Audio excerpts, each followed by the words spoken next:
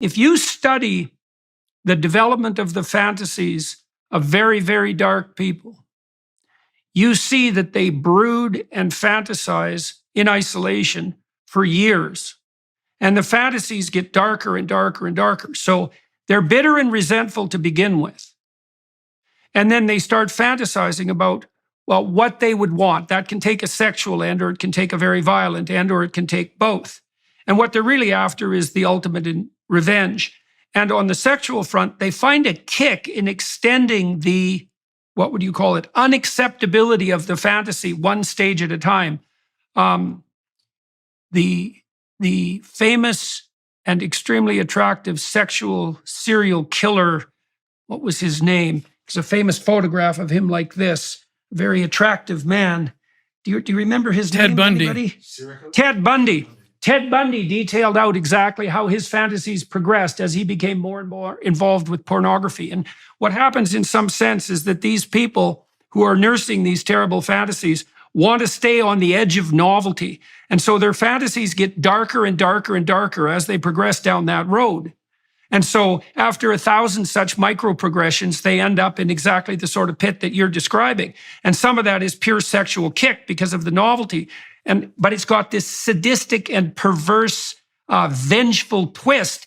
And you could think about it this way. I think it says in the Gospels that, it would be better that a millstone was hung around your neck and that you were cast into the abyss than to do harm to any of God's children, let's say. And that's actually where the perverse delight comes, because the most egregious possible sin, let's say, is the violent sexual abuse of the most innocent possible person. And the perverse novelty kick is highest at exactly that point. And then that just goes from bad to worse. And there's 1,000 or even 10,000 micro decisions that go along with that. There's also a great book called Ordinary Men. This is well worth reading, although it's a bloody catastrophe to read, I'll tell you. It details out how a group of German policemen who were moved to Poland during World War II were transformed from ordinary ordinary working class men, old enough to not have been raised under the Nazi regime, by the way, and so not propagandized into a kind of mindless obedience, how they went from being perfectly ordinary policemen to the sort of people who could take naked pregnant women out into the middle of the field and shoot them in the back of the head. And it isn't like they had an easy time with that. Some of them reported the same sort of thing that you reported when you first watched that video. What they were being called upon to do stage by stage made them physically ill. And they had a commander who actually had told them that they could leave the service if they didn't want to continue with their duties. But they felt duty-bound not to leave their comrades having to mop up the terrible situation. But it does a lovely job of detailing out how your movement from normality to absolute perversity is a consequence of 10,000 micro violations of your own conscience. Not all of them micro, obviously. So you need to know about the vengefulness. You need to know about the kick of sadism. That's that novelty kick that produces a dopaminergic kick that heightens sexual satisfaction. And so there's an element of sadistic misery that can add novelty to sex. That's particularly attractive to people who are bitter and resentful because they actually can't find any willing sexual partners. And so they're angry at the world and shake their fist at God because of it.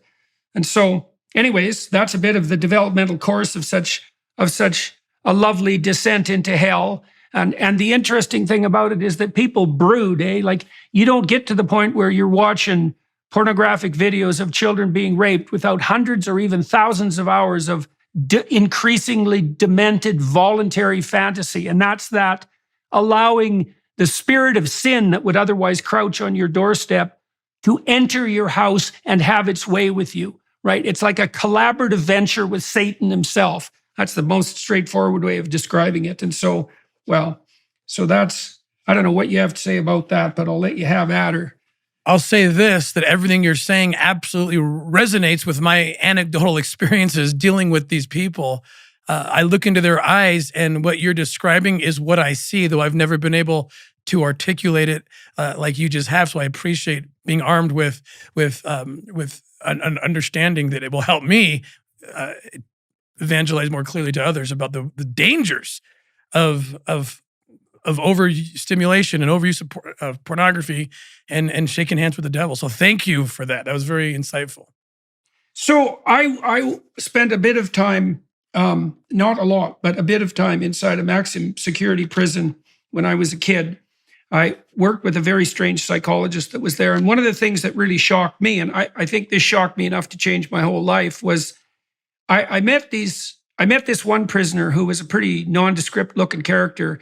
He took me for a walk out in the yard away from a gym full of like weightlifting, axe murderer, monsters, and rapists. And we went for a walk out in the yard, and the psychologist called us back and told me later in the office that this guy, who was about 5'2", pretty non-prepossessing guy, had made two policemen kneel in front of him, beg for their lives in reference to their families, and then shot them both in the back of the head and kicked them aside. And the shocking thing to me was, you kind of think that if you met pure evil, it would have a monstrous form. And, the thing that shocked me about that was the nondescript nature of this guy. His absolutely banal ordinariness, the fact that you could just walk past him on the street and you'd never know. He wasn't some monster, the monstrous character of Satan in your imagination is, a figure that's terrifying to behold instead of someone normal. You know what I mean? Normal in that cringing sense. These people that you've interacted with, like, what's your reaction to them when you talk to them, the pedophiles, when you talk to them and when you arrest them? My experience is very similar to what you just described. Very nondescript, people of all walks of life. We've arrested and I've interrogated educators, lawyers, law enforcement, clergymen, and sitting across from them. But with no apparent physicality that would tell you who they are. But I will say this: when they start talking and I look into their eyes, that's when I sense something that really scares the hell out of me. And the way they talk about children when they get there, and it's something that they've been able to normalize. And they're speaking to me about children almost like they're talking about, the weather, or, talking about buying and selling children like you talk about buying and selling computer parts or an automobile or something. And that's where I thought, something has taken over you. Something non-human has made you less human. And I've never been able to figure it out, only that it creeps me out. And I usually end up getting them to confess because they have brought themselves to a place where they think they're okay. They think that it's somehow normal. I don't know if that makes sense. How do they, Dr. Peterson? Why? The degree of rationalization that has to, with each step forward in the progress of the fantasy, there has to be a step forward in the self-deception with regards to self-description, right? So imagine that you're attempting to cling to a sense of yourself at least as normal, but even maybe as a moral agent. I mean, the more forthright pedophiles claim that they're only allowing children to express their true sexual desires, and that what they're actually doing is forming the best relationship with the children that they've ever had. Now, of course, there's part of them that knows that that's an absolutely bloody, screaming, hellish lie. But you get to that lie, like I said, with 1,000 micro lies, right? And you're modifying your self-conception along the way. I mean, have you had these people justify themselves to you? And if so, by what means do they attempt to do that? So one person that comes to mind, absolutely, the answer is yes. And one person that comes to mind is the person depicted in the film Oshensky. This person had written articles, self-published, of course. He had a book that he actually sold on Amazon. And his understanding or his justification was that the puritanical society of this country has crushed the true and beautiful and righteous sexual experience, which the most natural would be between a man and a child, a prepubescent child. A prepubescent child is the most beautiful form of humanity, and why take that away from a child? Children would be well conditioned to confront the challenges of life if only they could experience orgasmic pleasure even in their prepubescence.